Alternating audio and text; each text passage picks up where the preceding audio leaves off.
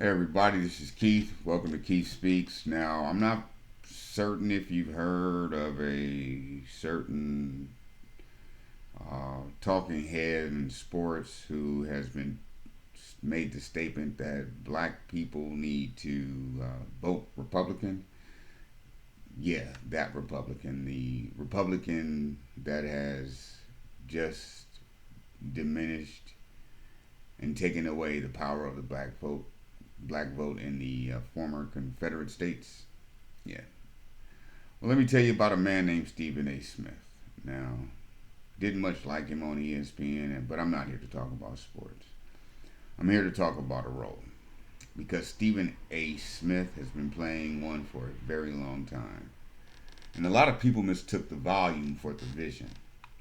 The man has been giving the same speech since at least 2014. I know because people were there, standing in front of a black college students at a black history program, telling black people that their problem is loyalty. That if black America would just vote Republican one time, just once, both parties would have to compete for the black vote. That's the argument. That's it. That's what all the hollering is built on. And it all sounds logical until you know history. See, black voters have never been blindly loyal. That's the lie at the center of this whole premise. In 1940, A. Philip Randolph didn't ask Franklin Roosevelt for anything. He told him, march or we march.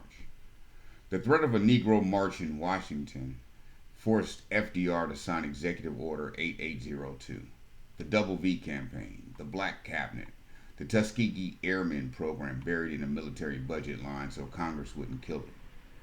None of that came from loyalty. It came from organized demands with consequences. Black political power has always been transactional when it had leverage. The receipts say so. What Stephen A. is selling isn't strategy, it's fragmentation dressed up as independence. And somebody built the platform he's standing on to sell it. Think about what ESPN is: a machine that takes black athletic excellence and packages it for white consumption. And they needed somebody on camera who looked like the athletes but sounded like the ownership. Enter Stephen A. Smith. Loud, passionate, and absolutely reliable when it comes to redirecting black frustration away from power and toward each other. He told us Trayvon Martin made white people nervous. He suggested some women deserved what they got. He was wrong on Kaepernick, wrong on Black Lives Matter. Called a black congresswoman ghetto. And every single time, he kept the platform. You have to ask yourself why. Because he's not a malfunction of the system. He's a feature. Now, I want to say something about where this thinking comes from because Stephen A. didn't invent this argument. He was given it. The Caribbean Colonial Project did something very specific.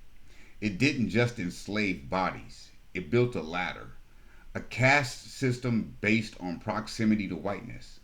And the reward for climbing wasn't freedom, it was usefulness to the machine. Individual exceptionism as the release valve. You get out by performing the role they need you to play. Stephen A. got the HBCU, got the credential, got the platform. And the price of admission, whether he knows it or not, was this: becoming the face of the argument that keeps black political power fragmented. But here's what they don't teach you about those same islands he was from. Haiti was the only nation on earth founded by a successful slave revolt. And it was the courage of those freedom fighters, Jean Jacques Dessalines, and the men and women who refused enslavement, that broke Napoleon's entire Western Empire. He planned to use Louisiana as the trade hub for everything Haiti produced. When freed people took that colony back, his American dream was finished. So he sold Louisiana to Jefferson. Former slaves doubled the size of the United States.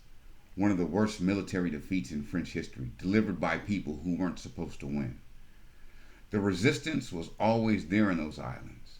The fire was always there. Which means what Stephen A. is peddling isn't Caribbean, it's colonial. It's the part they installed, not the part that was born there.